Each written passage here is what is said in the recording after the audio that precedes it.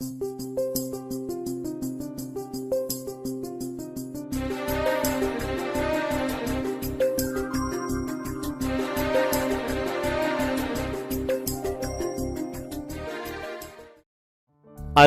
இனியவர்களே, அன்பு குழந்தைகளே, மோசேயை உங்களுக்கு தெரியுமா? மோசே ஒரு விடுதலை வீரர் என்பது நமக்கு தெரியுமா? அவர் யார்? எப்படி கடவுள் அவரை தன் இறை திட்டத்திற்கு பயன்படுத்தினார்? மோசேயால் எப்படி இஸ்ரேல் மக்கள் விடுதலை வாழ்வை பெற்றனர், பாலும் தேனும் பொழிகின்ற கானான் தேசத்தை அடைந்தனர் என்பதையெல்லாம் குறித்து நாம் இந்த கதையில் கேட்க உள்ளோம். 10 கட்டளைகளை ஆண்டவர் மோசேக்கு எங்கே எப்போது வழங்கினார், அதை அந்த மக்கள் பின்பற்றி எப்படி வாழ்வடைந்தார்கள் என்பதை கேட்போம். பல ஆண்டுகளுக்கு முன்பாக இஸ்ரேல் தேசத்தை பார்வோன் அரசன் ஆண்டு வந்தான். அவனது ஆட்சியில் பல்வேறு இன மக்களை அடிமைகளாக கொத்தடிமைகளாக வேலை வாங்கி வந்தான். மோசே என்னும் குழந்தை எகிப்து நாட்டில் பிறந்து பார்வோனிடமிருந்து இஸ்ரேல் மக்களுக்கு விடுதலையை வழங்கினார்கள். எகிப்து நாட்டை ஆண்டு வந்த பார்வோன் மன்னன் இஸ்ரேல் மக்கள் எண்ணிக்கையில் பெருகி வருவதை கண்டு கலக்கமுற்றான். எனவே இஸ்ரேலின் ஆண் பிள்ளைகள் அனைத்தையும் கொல்வதற்கு அவன் ஆணையிட்டான். ஆனால் மோசேயின் தாயோ இந்த செய்தியை கேட்டு மிகவும் திகைப்புற்றால், மனம் வருந்தினாள். எப்படி தன் பிள்ளையை பாதுகாப்பது என்று எண்ணிக்கொண்டிருந்தார். எனவே மோசேயின் தாய் மிகுந்த தைரியத்தோடு தனது குழந்தையை ஒரு பேழையில் வைத்து நைல் நதியில் ஓடும் நீரில் அனுப்பி வைத்தார்.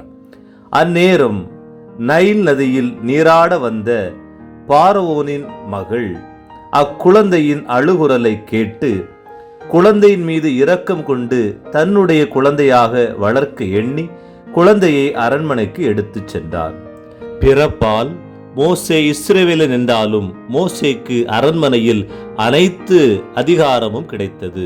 ஒரு நாள் அரண்மனையில் எகிப்தியன் இஸ்ரவேலனை துன்புறுத்தியதை கண்ட மோசே கோபமுற்று அந்த எகிப்தியனை கொன்றான்.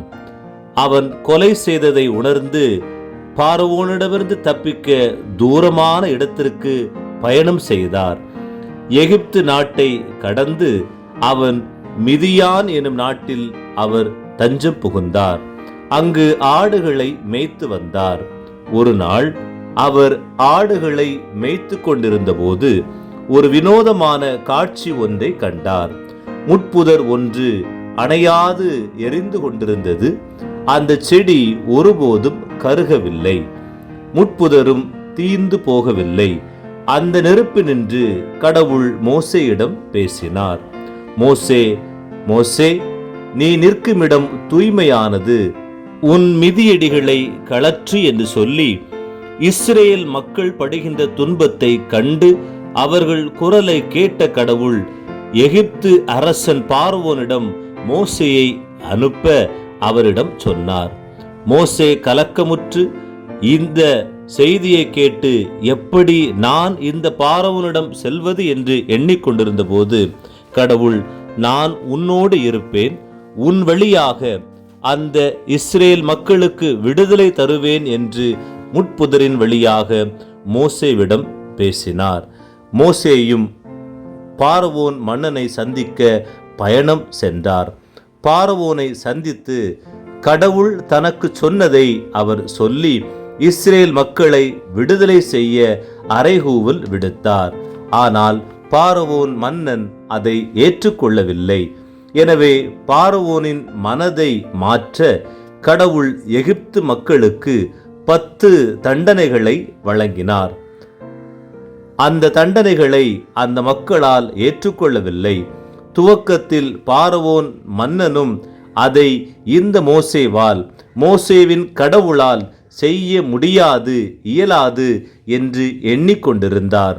இருந்தபொழுதும் கடவுளினுடைய தண்டனை இஸ்ரவேல் மக்களை விடுதலை செய்யும் நோக்கத்தோடு எகிப்து மக்களுக்கு கிடைத்தது. தண்ணீர் எல்லாம் இரத்தமாக மாறியது. நாடெங்கும் தவளைகள் வந்தன. பகலில் சூரியன் ஒளி கொடுக்கவில்லை. எல்லா கால்நடைகளும் இறந்து போயின.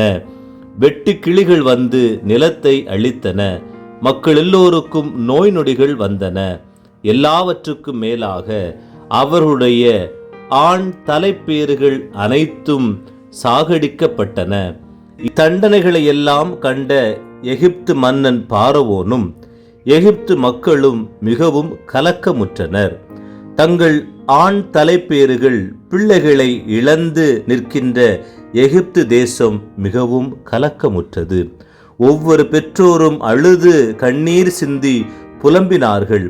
எனவே பார்வோனுடைய உள்ளம் மாறியது. மனமாற்றம் அங்கு உருவாகியது. எனவே எகிப்து மக்களுடைய தண்டனையிலிருந்து அவர்கள் விடுதலை பெற வேண்டும் என்பதற்காக பார்வோன் மன்னன் தன் மனத்தை மாற்றிக்கொண்டு இஸ்ரேல் மக்களை விடுதலை செய்ய முன் வருகின்றான். இஸ்ரேல் மக்களுடைய விடுதலைக்குரிய அறிவிப்பை அவன் அறிவிக்கின்றான். இந்த செய்தியை கேட்ட இஸ்ரேல் மக்கள் ஆனந்த களிப்புடன் மகிழ்ச்சியோடு அக்களித்து ஒருவர் மற்றவரோடு கடவுளை புகழ்ந்தனர். கடவுளால் இது நிகழ்ந்தது என்று மன மகிழ்ச்சியோடு வேற்று தேசத்திற்கு, பாலும் தேனும் பொழிகின்ற கானான் தேசத்திற்கு ஒரே குடும்பமாக ஒரே இனமாக அவர்கள் பயணித்தார்கள். 40 ஆண்டுகள் இந்த பயணத்தினுடைய முதல் நாளில் அவர்கள் புறப்பட்ட அந்த பொழுது அவர்களது கண்களுக்கு முன்பாக செங்கடல் இருந்தது. ஆனால் இந்த பார்வோன் மன்னன் மீண்டுமாக அவர்களை சிறைபிடிக்க ஆணையிட்டான். குதிரை படையும் காலார் படையும் விரைந்து சென்று அந்த மக்களை பிடிக்க சென்றனர். மோசேனுக்கும் இஸ்ரேல் மக்களுக்கும் கண்களுக்கு முன்பாக இருந்த தண்ணீர் முன்பாக தன் கோலை நீட்ட கடல் 2ஆக பிரிந்தது. மக்கள் கட்டான் தரையில் வெற்று மண்ணில் அவர்கள் நடந்து சென்றார்கள். கடவுள் செய்ததை நினைத்து மகிழ்ந்தார்கள். அவர்கள் கரையை சேர்ந்ததும் கோலை மீண்டுமாக கடலை நோக்கி நீட்ட பார்வோனுடைய படைகள், குதிரைகள், தேர்கள் அனைத்தும் நீரில் மூழ்கின. கடவுள் நமக்கு விடுதலை தந்தார், வாழ்வு தந்தார் என்று மக்கள் கடவுளை புகழ்ந்து பாடினார்கள்.